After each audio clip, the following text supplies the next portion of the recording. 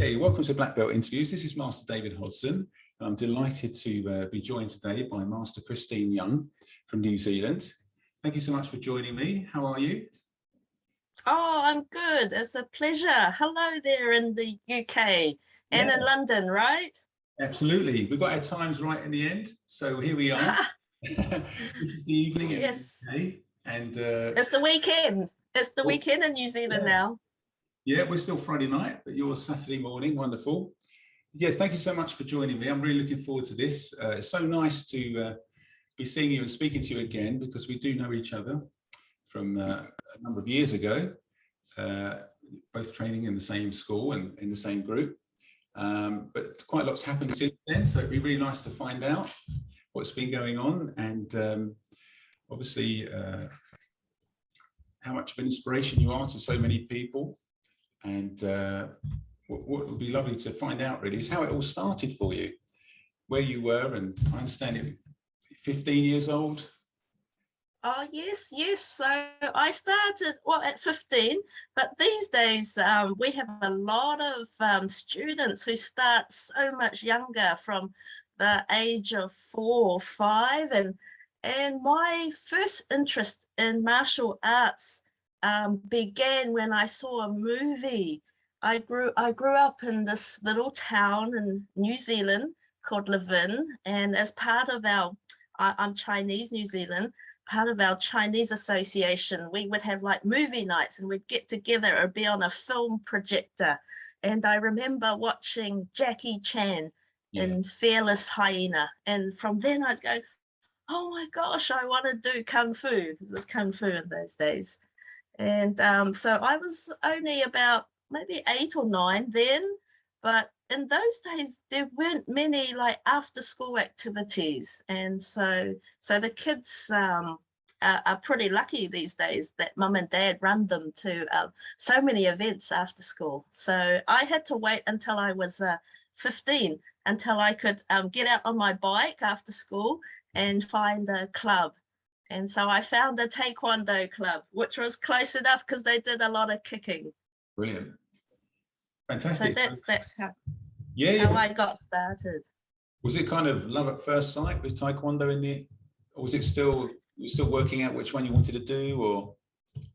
Yeah, I tried another club, karate. So I found 2 clubs in our small town, and I really loved Taekwondo. It pretty much was love at first sight.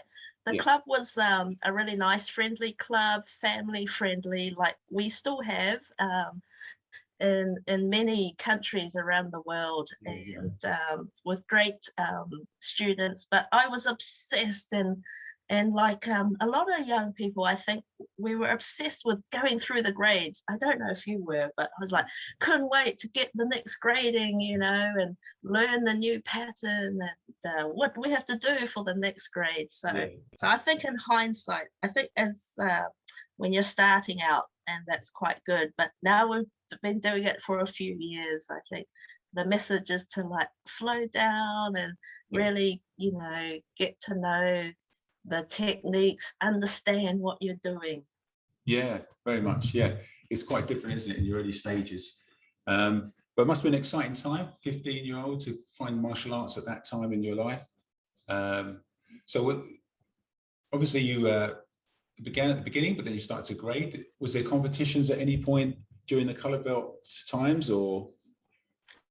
Yeah, we did have a few competitions in New Zealand, and I did compete, but I was woeful. I was terrible. I didn't win anything for like quite a few years, for all my colour belt years, I think. So you have in your mind, you go, oh, this is so good. And I did practice, in my own time and stuff. But it just goes to show the importance of getting, a right coach. And these days with competitions, we've got like little coaching teams and squads and everything. But in those days, you were kind of left to your own, and it's like, who wants to compete? There's this competition, and so I would turn up and like good participation points, and so we did those, and Yeah, but I think that's, I guess, another message about perseverance, because like later on, when I moved to England, I was part of the English national team for a number of years. Yeah, absolutely. So yeah, so you were competing like a lot of people did in the colour belt years, and but I guess in that time, like you said, because the medals weren't coming, that just develops one's perseverance and indomitable spirit, those kind of things, just to, and just the enjoyment of training as well. Yeah. Things that Certainly, I love going to training. Yeah, every week, twice a week. That was the routine. Yeah. And I think there's a lot more on offer now for the students, isn't there? Yeah. But in those days, it was like kind of that routine and learning new stuff and looking forward to like eventually getting that black belt, you know. Yeah. That was all so coveted, wasn't it? Yeah, very much. And so you got the opportunity to do that when you're still in New Zealand. You didn't travel to UK. Then you still yes. You got your black belt in New Zealand, yeah. Yeah. So I was in my little town, living 15, and I moved to Wellington as an 18-year-old to go to university. So I continued my training in Wellington. I've been very fortunate, or I'd say fortunate, in that I've trained under many wonderful instructors. They've always given me a different perspective, and in that respect, I feel that I'm quite a well-rounded Taekwondo black belt. So I was, I graded under an instructor, third dan at that time, because third dan was like, wow, that was in like 1980s, late 80s, 1990. And so I was at university in Wellington, and I took my black belt grading, and because I wasn't very good, I remember the instructor going, all right, we've got to work on this and work on that, and we would be out at 6 o'clock in the morning. Wow. And so it was me and another teenager, and we'd go on these, so he was very dedicated to me, you know, helping me and supporting me in my black belt grading, and that's still what happens today with so many instructors, right, supporting that step from colored belt to black belt, which is a big step, certainly in our organization in New Zealand. I remember distinctly, you know, getting up at 6, it was like Wellington, it was sometimes like really stormy and windy, and he'd make me and this other guy who was grading go for runs. He'd follow us in his car.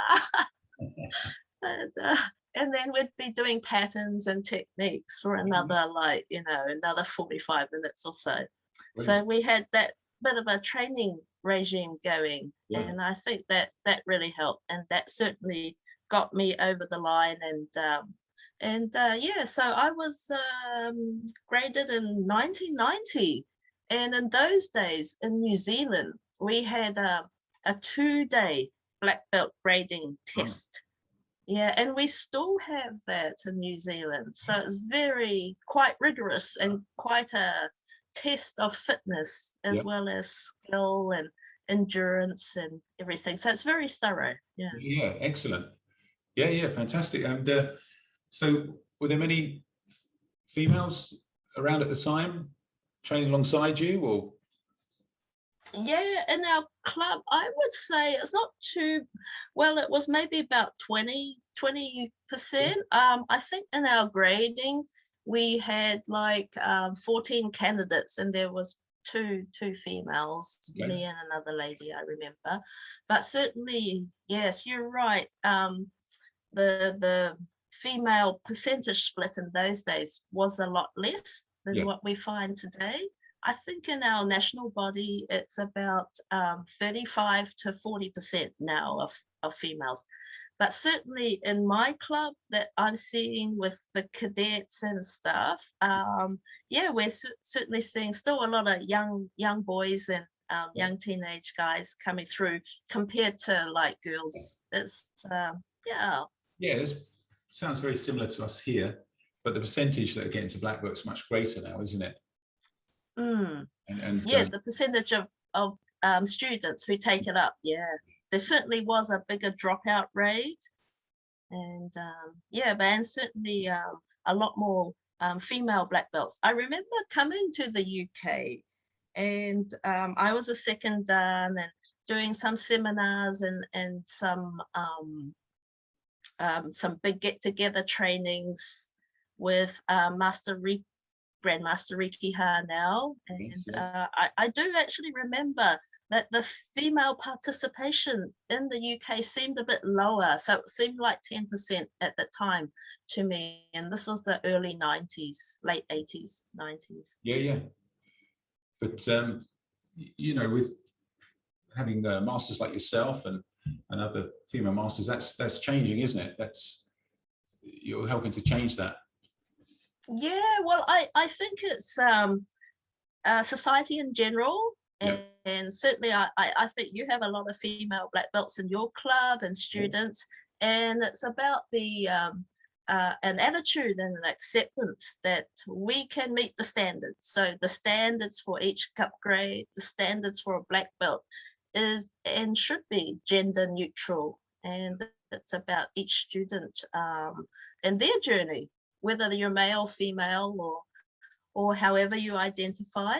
And yes, but certainly I was fortunate enough to continue my training, and I'm the first female to grade to 7th Dan Master in New Zealand in our organization. Yeah. So that's, yeah, so that's Wonderful. pretty cool. And Yeah. yeah, and I've been, and yeah, so things to avoid along the way is that whole injury or and that, you know, stops a lot of people from their journey. And also just the enjoyment, having the variety, because sometimes after you've been training or participating for 20 or 30 years, it might get a bit repetitive. Sure. But there are so many still different opportunities for students to try new things, to try out coaching, to try out umpiring, yeah, to try out instructing a class. So there's so many roles that you can play other than just being a black belt for yourself, you know? Yeah, that's right. You get a chance to see the bigger picture and take part in those other aspects that can further your training and knowledge, like you say. So you did come over to the UK, didn't you? You mentioned that, and that's where we were very fortunate to meet you there, because you came to London, didn't you? South London. Yes, yeah. So I first came to yeah, I first had a wonderful journey in 1996. My spouse at the time was studying at Oxford, and so I promptly joined the Oxford Taekwondo Club. And Master Gary Miller was the instructor there. He may still be. So he's, oh, wonderful. And so he was a big, I guess, part of my Taekwondo awareness and journey. And he was, I didn't know at the time, but he was the English national coach.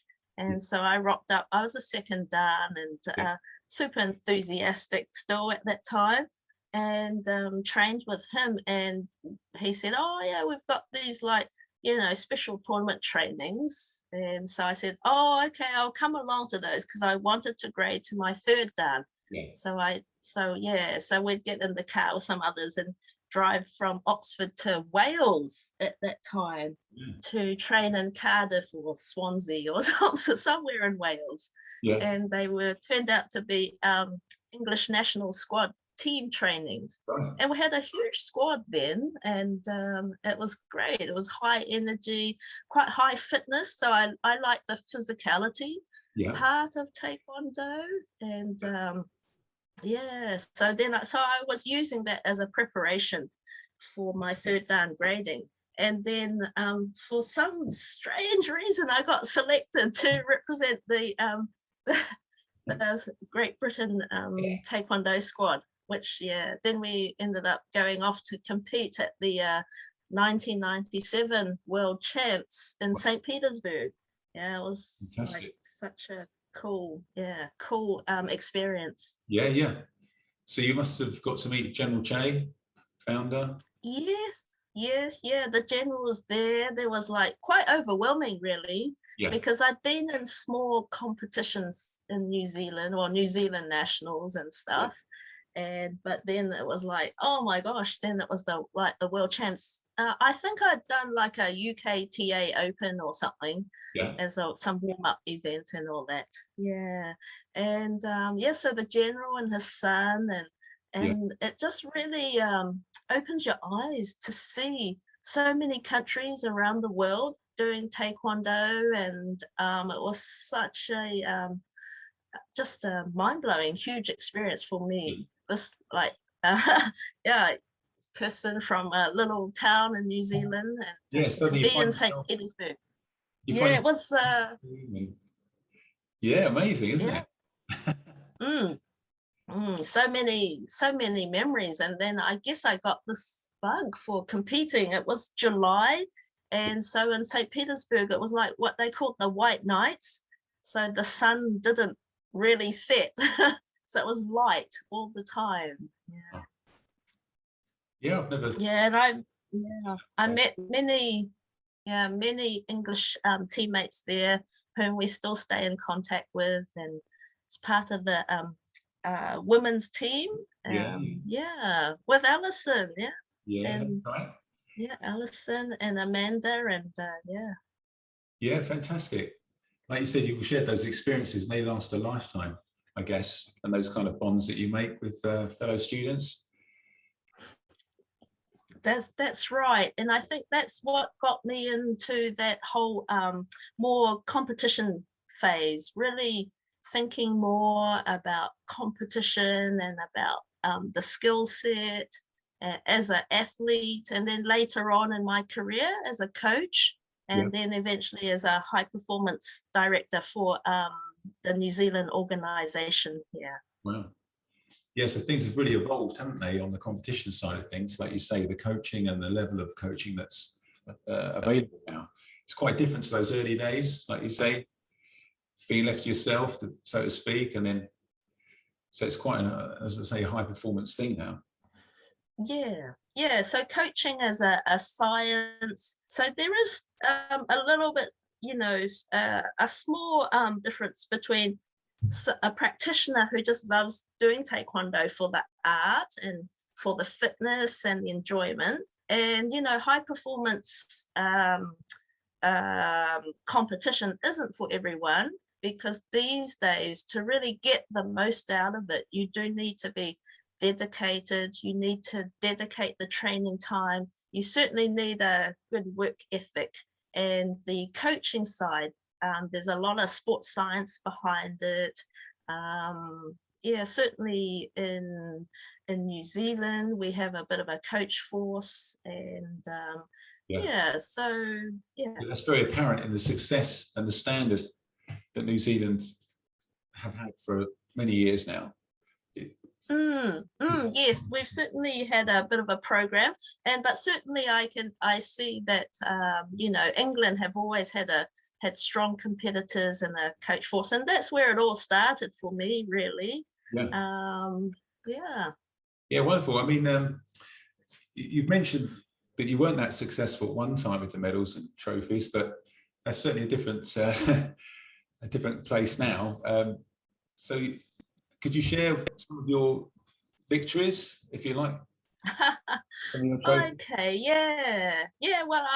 so competing is just is one part of taekwondo, and it's a very enriching part, and perhaps enrichment is a word for my whole taekwondo journey. It just has given me so many amazing experiences, meeting amazing people all around the world, and the opportunity, I guess, to compete at international level. And I know that when we are successful, we make our parents proud, and our friends and family are proud of us. But I think at the end of the day, I think it's about doing something that's hard, and reaching a standard so that you can be proud of yourself. Yeah. I think that's perhaps like something that you put in all that work, and I know that all the medalists in any competition at local level, at national level, certainly international level, they work really hard. Yeah. I've worked with many athletes and been through the process. So they've put in a lot of time.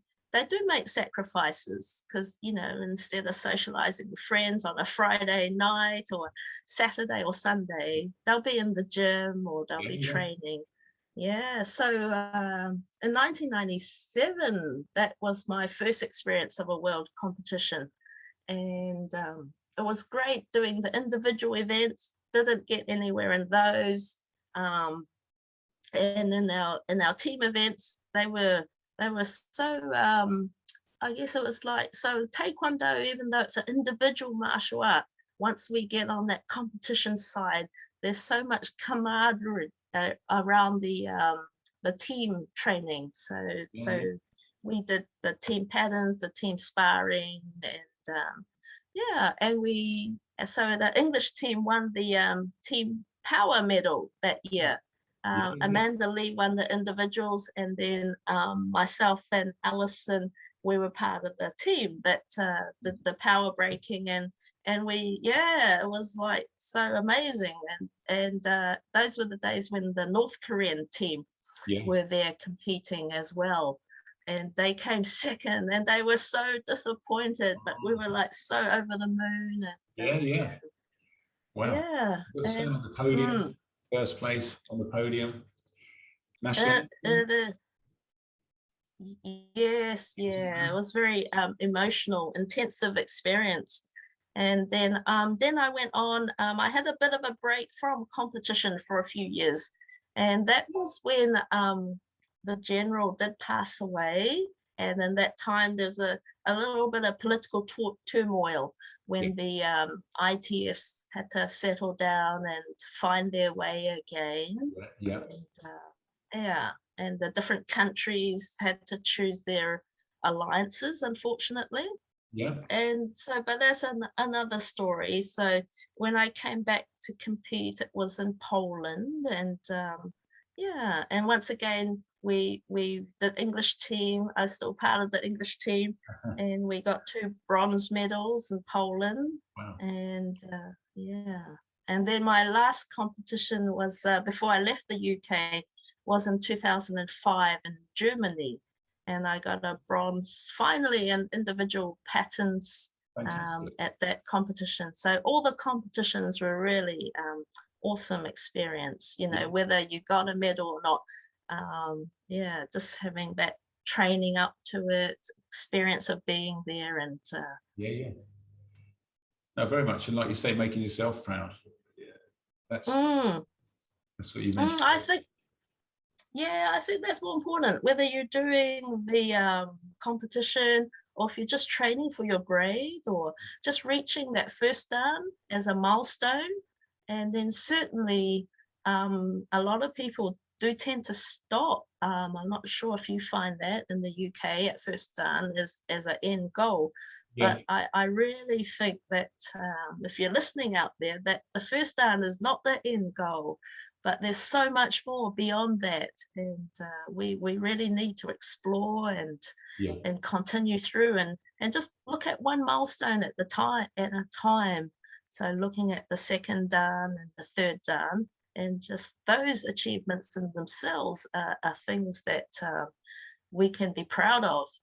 Yeah, very much. And I echo everything you've said there. Yeah, we see the same kind of thing at times where people see that as a final part of their taekwondo, getting their black belt. But like you say, there's so much more to discover. It's just a new beginning, really. And I was able to, before we spoke, I was able to see an article that you did a couple of years ago, which I imagine you got asked to do because of the amount of success and the influence you're having on the sport within your area and country.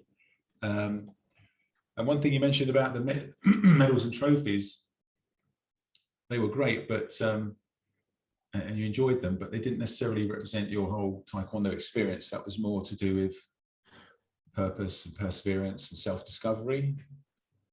Is that right? Yeah, absolutely, absolutely. I think some of the successes that you see in public are really the result of the work that you put in private. And so it's very much a personal journey. Everyone has their own personal journey. But I think Taekwondo provides so much opportunity for personal growth and personal success. And at the end of the day, it is about feeling proud of yourself. Not that your parents are proud of you, because they always will be, and your friends will always, you know, shout for you and cheer for you.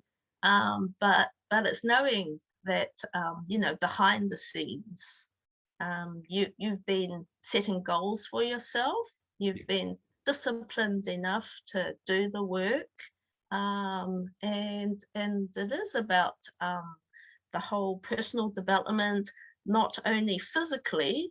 So I mentioned, you know, I love that physical part of Taekwondo, about keeping fit, understanding physiology, and just trying to extend and push ourselves to what we're capable of, really. A lot of people, you know, do tend to give up a little bit and don't reach their full potential. We see, right, so many students with great potential, but we need, so our part as instructors is how do we keep motivating them so that we can support them in their personal goals and development.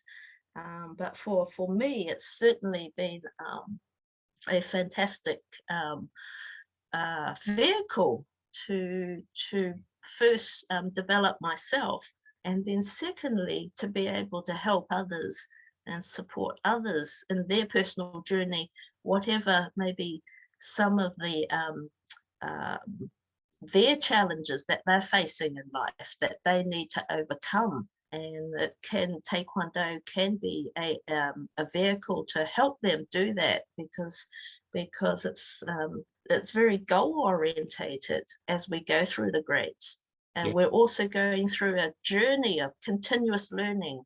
And I think that's quite important, that we do seek out new things and new parts or new aspects of Taekwondo that we can develop, whether it is through coaching, through just instructing, or through there's opportunities for umpiring or for supporting your club in the administration level. No, wonderful. Everything you're saying is fantastic here, and I'm sure people are picking up on it and listening to it, because you know, this kind of way of looking at your training comes from all those years that you've put in, that you can reflect back. And the fact is that, you know, we were white belts once, but we never quit. So this is what you go through, isn't it? And what's interesting for students that do train for many years is to look at the do of Taekwondo. I think some of the things you've spoken about represent the do quite significantly. The way of Taekwondo, like what you're saying, about having purpose, going through the various challenges, overcoming, having passion. Yes, so I'm very passionate about teaching the do. I remember one of the first IICs after the general passed away. It was at that time our new president, Grandmaster Tran, and along with, at the time, Grandmaster Marano and Grandmaster Boss. They took one of the first IICs after the general. And I remember Grandmaster Tran sharing his ideas on how we could teach the do, and it kind of being like that whole, the green belt, meaning that the tree of Taekwondo, And the Do is about that tree as we grow and to have greater understanding of our place in the world. And I know his daughter, Master Juliet Tran, in Canada, continues, to talk about and to try and teach the Do. But I think we can all teach the Do in our own classes, and I do that I teach classes from age 5 through to students who are well in past their 50s. And there's always, I feel there's always something that we can share, and as students, they can share back, even if it's just about reflection of what their views are on something that's current in the news. So it is about discussion and exploration of why we think what we think about a topic. But certainly our tenets framework is a very great framework for choosing or for explaining, certainly for the younger ones, cadet up to teenage years, about challenging their thoughts around the courtesy, the self-control, and we certainly always have great examples to share. And so I use that, and I have a little bit of 5 minutes or so where we can discuss. We actually do sit down and discuss what things mean, or they bring a problem, or they tell me what something's annoyed them at school as an example, and we talk about, well, what did you do, and how do they feel about the situation, and how can they get over it. So we do little things like that in our classes already. Isn't it? To be able to have that access to be able to influence them in that positive way, like you say, using tenets, the student oath, and this is obviously going to help these children all the way through their schooling and into young adults and so forth, and the rest of their lives. So that's fantastic. I mean, so yeah, we touched upon the Do, and as you've mentioned, a few examples of things. I know you've been interested in the mental effect of Taekwondo, the mind power, the power we have when we apply ourselves, and we share. I think so. Our beliefs are so important. If we believe we can, then we can. If we believe we can't, we can't. And power breaking is a great example of the power of our beliefs. And because so if you have any doubt that if we put the boards up that you're not going to break those, your subconscious is going to sabotage your physical performance. And so power breaking surprisingly has been my thing, even though I'm a smaller person and practitioner. I've always had a strong belief in that I can do something. So I've believed first, and then had to get the physicality to be able to carry that belief through. And none more so than in power breaking. And I'm working on some power breaking projects at the moment, and I'm also working on a small power breaking course. And the first part is that we must have the belief in ourselves that we can do something. Because I say to some of my students, some of them might say, "Oh, I'm not good at jumping." So if you say that to yourself, then that becomes true. So I've been challenging them to go, why do you say that? And we can certainly do exercises around that. Everybody can jump, because everyone can. So so there's some exercises that I use to try and break that belief. But at the end of the day, we have to, yeah, so as instructors we can encourage, we can challenge, certainly challenge those beliefs, and then slowly get the student to practice, or to start enjoying some things that they don't think they enjoy. Because I do think, you know, we should be embracing all the aspects of Taekwondo. It's not just about the patterns, it's not just about the sparring.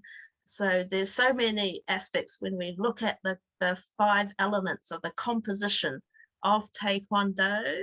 I do think we should be embracing all of those 5 aspects, which are like the physicality, the fundamentals, understanding, the patterns, of course, which we all love, the sparring in all its aspects. And so some people don't like sparring because it's scary, or they don't want to get hurt, or they don't want to hurt others.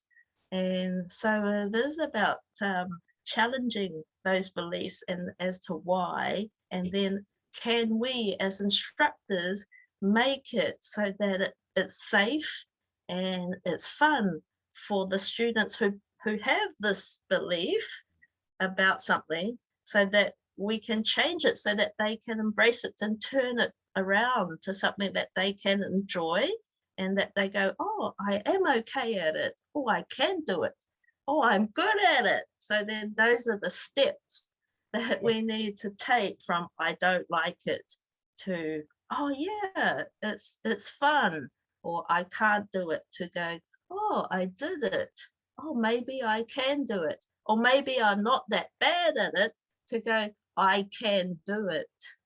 Yeah, absolutely. Yeah, it's very much, and we see that, don't we? And like you said, in breaking, it's quite immediate. When you see someone hesitate, or they have this expression on their face, you can see that belief, can't you? But I guess, yeah, so given enough time, and given the right environment, so we have to be quite creative now as instructors, because in the old days, right, it was like just break the board. Yeah, I remember that the thing is like, just do it, right, without, you know, really that support, and breaking it down, and creating experiences that will, you know, challenge someone's negative belief around their understanding of say power breaking.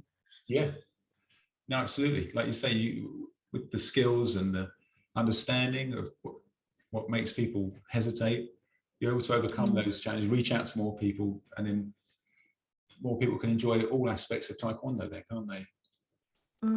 Yeah, I think in order to change that mindset, everybody's different.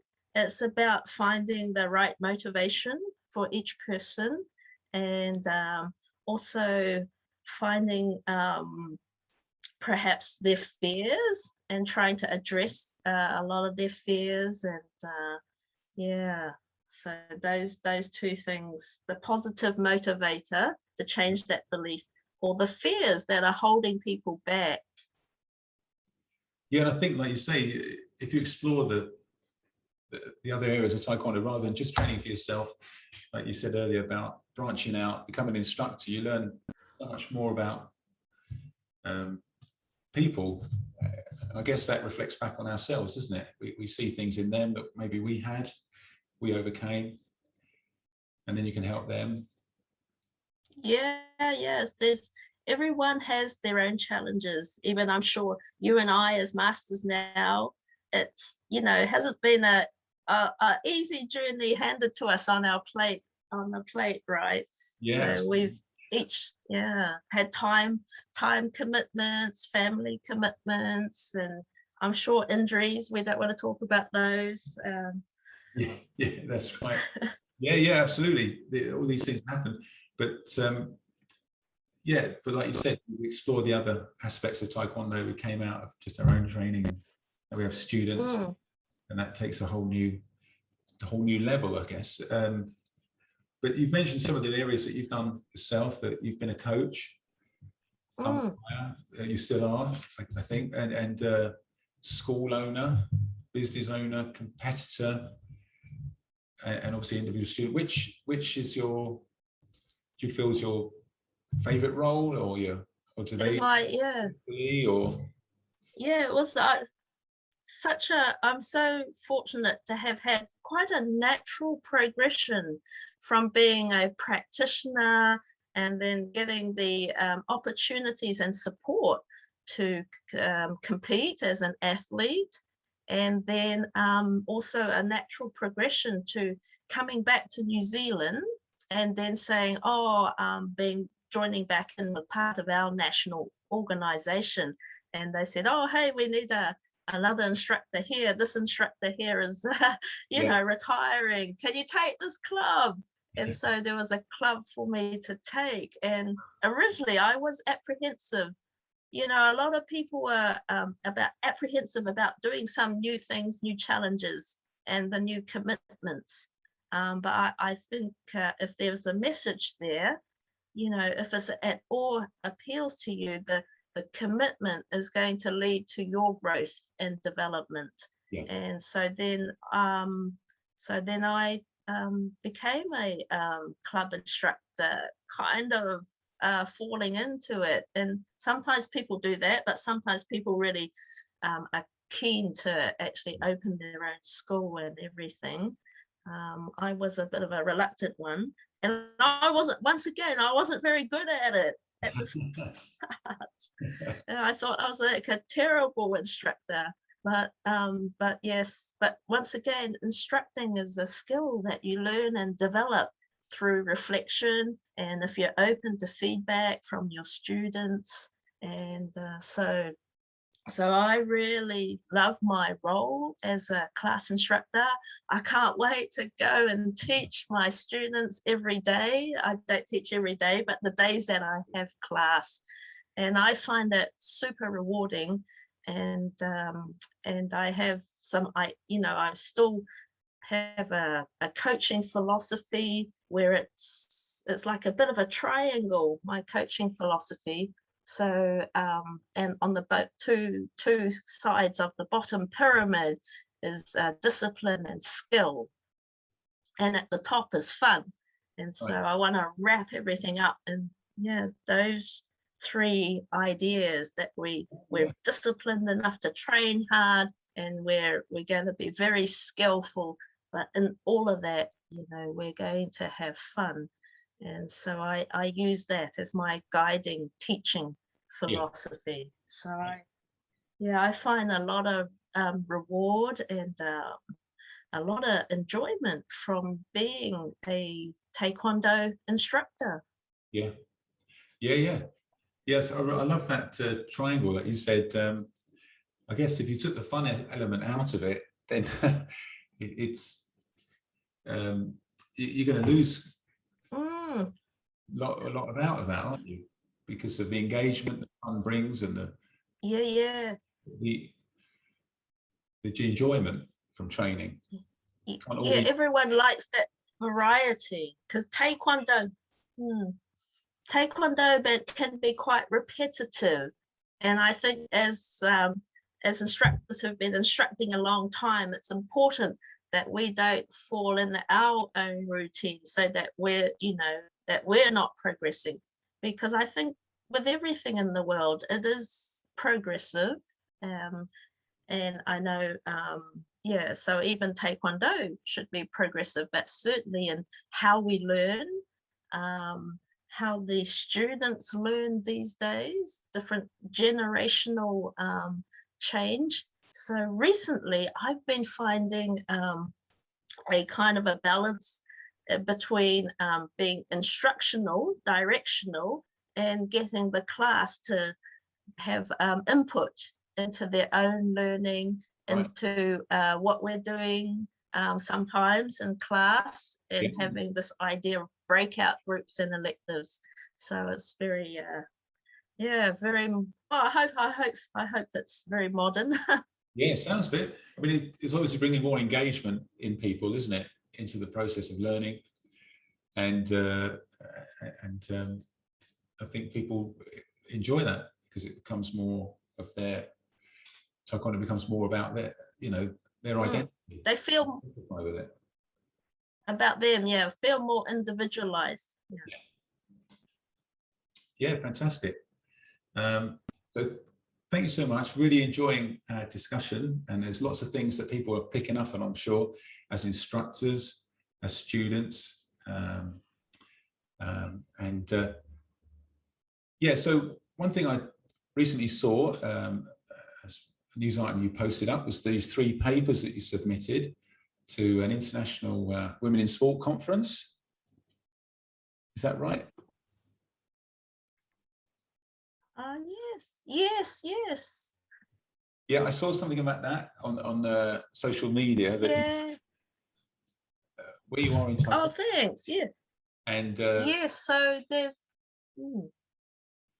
Yeah. So I'm very honoured. Yeah, very honoured to have been accepted into a international women and girls conference, and it's going to be held in New Zealand, but also online, and it's in May 2022, and it's I guess an initiative that's supported all around the world, just to I think explore and certainly to encourage women in leadership roles in sport around the world. Some of our female Olympians are on some of the steering committees at a world level for this, and New Zealand are super happy to be hosting this. So I've submitted 3 papers, which I'll talk about. 2 of them are around high performance, but one of them actually that I'm passionate about is about women who are over 40 getting back into their sport that they love. And so obviously I'm going to be talking about Taekwondo, because I think there are a lot of women out there who may have done it as teenagers. They may have got their black belt, and then stop to have a family. And I think this is a common path for women. They stop, have a family, and then, you know, it's something that they love. They remember Taekwondo as something that they love, but they're not sure if they can come back, because now they might be in their late 30s or 40s, had children, and it's going like, oh, well, they remember themselves being like super physical and everything, and they pop into class and see all these young things, right, jumping around, and they're a little bit unsure about whether that fits for them or not.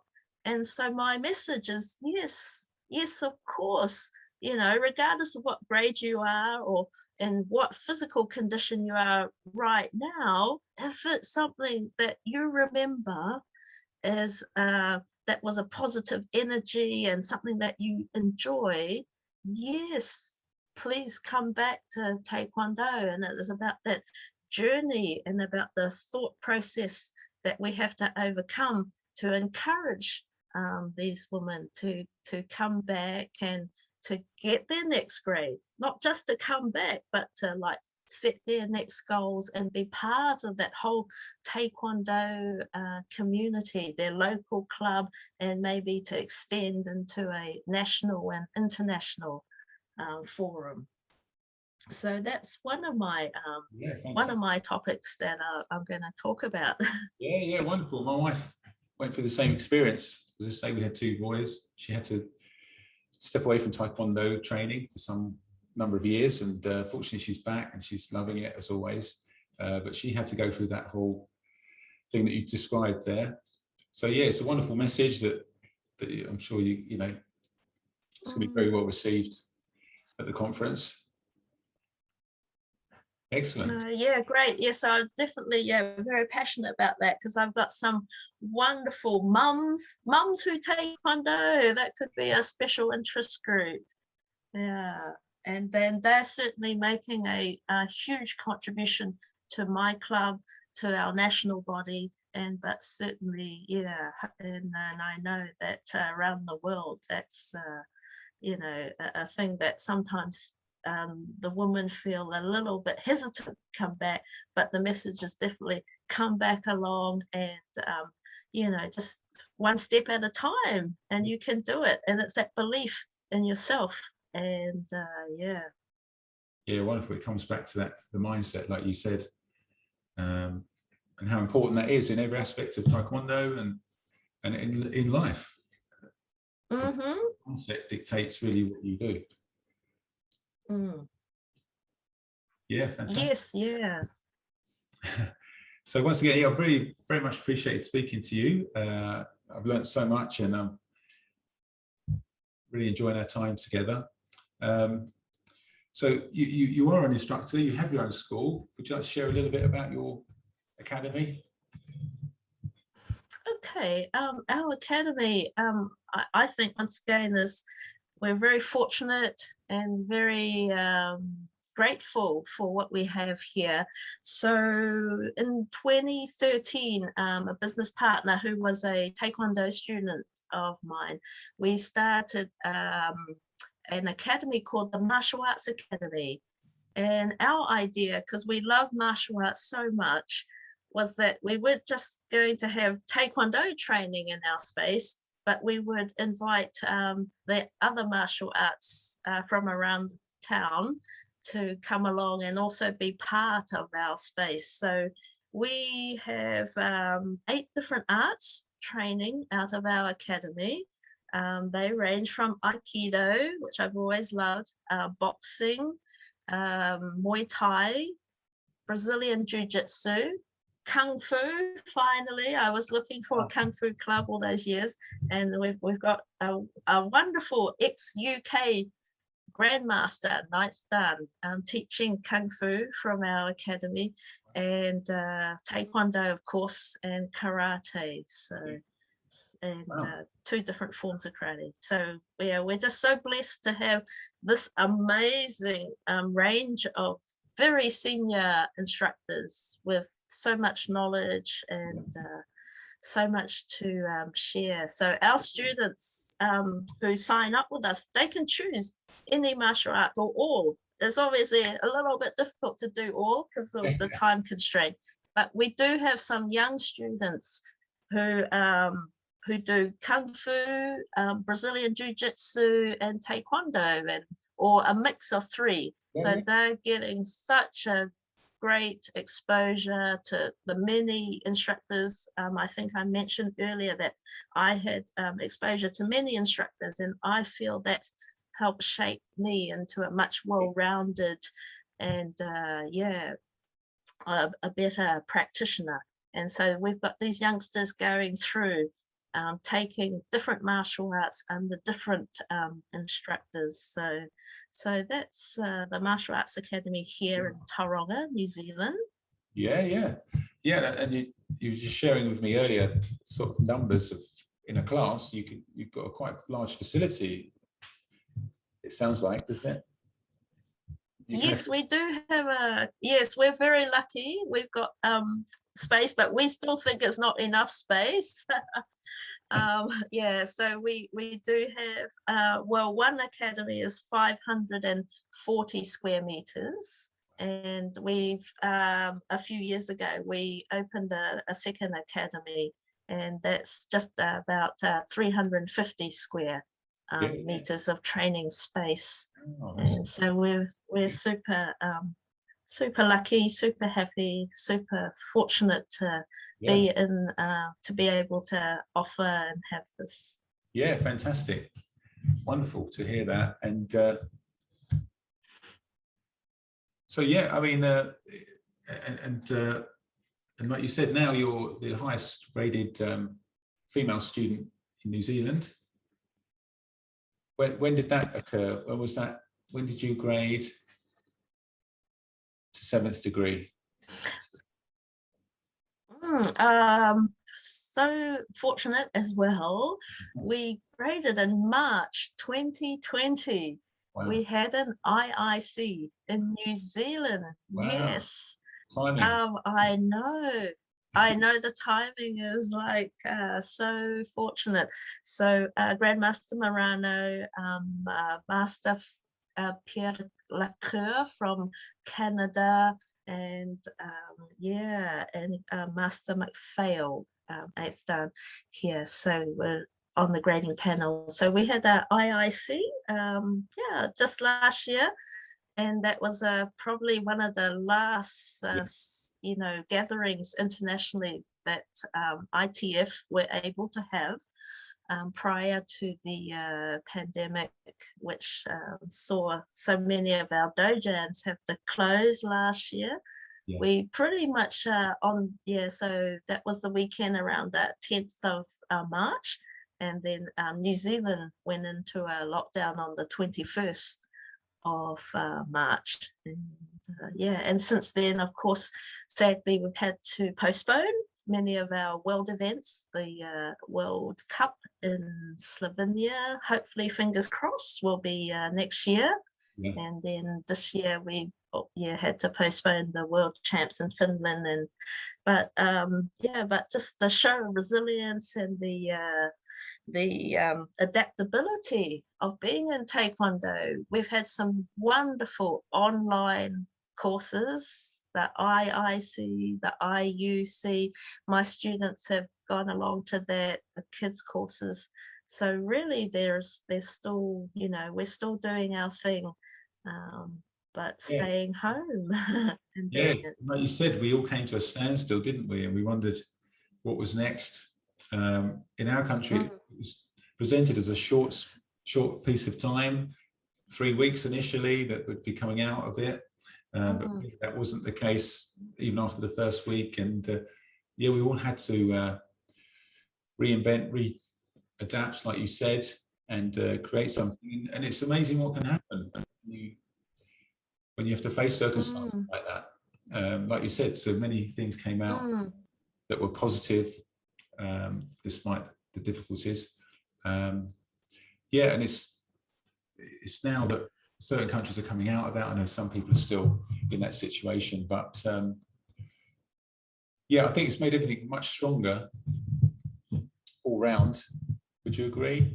As in, we know we can survive. Yes. I think. Oh, absolutely. Yeah, absolutely. It has been a test of everyone's mental strength right there. And I think, for us to come out of that, it's been a good period for reflection. It's been a great period for connection as well. Just prior to the podcast, we mentioned, we've been able to have that time to say, hey, here's some friends we used to know from across the world, and let's check in on what they've been doing. And certainly being able I was on a small women's training earlier this year, which I think you said your wife was on, and and there was people from all around the world there, right? Even if it was just for a few hours. And to know that we're not alone, even though we are alone in our bubble, in our house, and that everyone else is in a similar situation, trying to make sense of it all. I did meet General Che once, and I know you thought you wanted to highlight that, but I did meet him, but it wasn't like we were at a IIC in Scotland, 1998. Not sure if you went to that. You might have been, So that was with the General and his son. Master Les Hutchinson organised that. No, I wasn't at that one. I should have been, but so that's when I met the General. Although I did, I guess, kind of see him from afar at the 1997 World Champs, but in terms of a IIC or a training with the General, it was in 1998 in Scotland. And and I did actually recall that there weren't many women there, and I was pondering this actually when I was in England in my early days, as to why there weren't many senior female dans in England.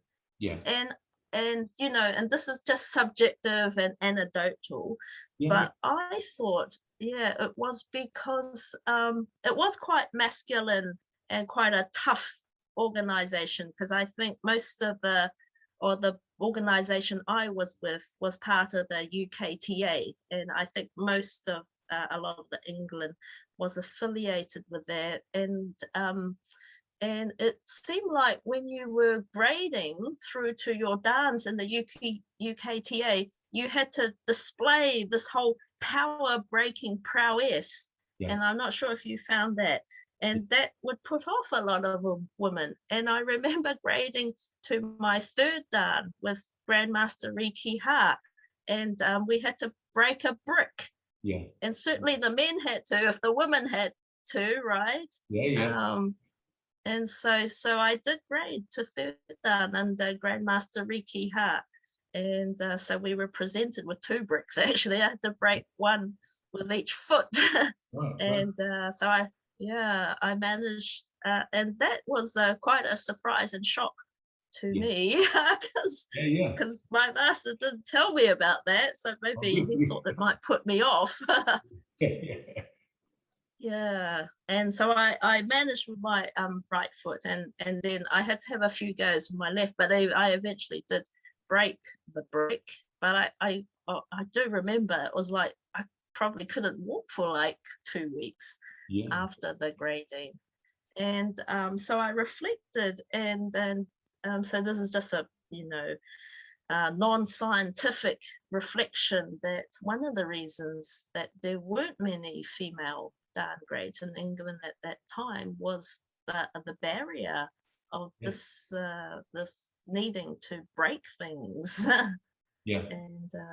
And perhaps it wasn't so, you know, that skill wasn't so readily available to be taught, because and I remember Grandmaster Riki Ha, right, he was always this like power breaker, and he'd go around breaking all these bricks and demonstrating breaking these piles of wood.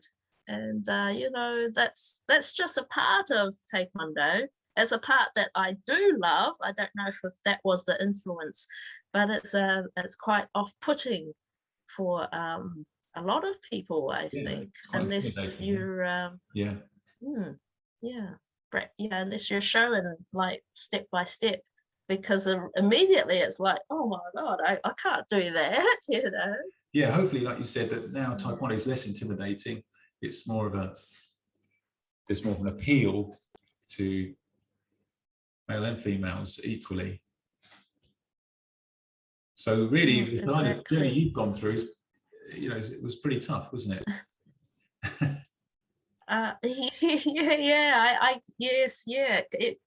guess that's right, because it can be off-putting, because then it's like, you guys kind of just get pushed forward into it, and you kind of either sink or swim. I suppose is Whereas now we offer a bit more than that, don't we? That's right, and so much for the better, so that a greater you know, population can enjoy and use Taekwondo as their vehicle for personal development. Fantastic. Wonderful. Okay. Oh, great. Yes. So, all right. Great to talk to you. So great to catch up. You're definitely welcome to come to New Zealand once the borders open. I'd love to see you guys here.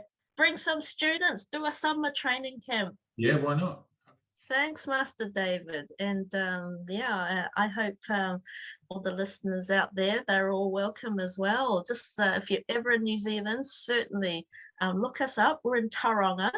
It's a beachy kind of retirement type. It used to be anyway, a retirement capital of New Zealand. So we've got sunshine, we've got beaches, and we've got lots of space for you guys, to welcome you guys to the Martial Arts Academy here, to our club. And it's been great to catch up with you, Master. Thank you. Certainly. It's been a great talk. And a wonderful one to share with everyone. And of course, you've been an inspiration to so many, and you continue to be so. So thank you. Thank you for spending the time. My pleasure. Thanks for having me. Okay. One.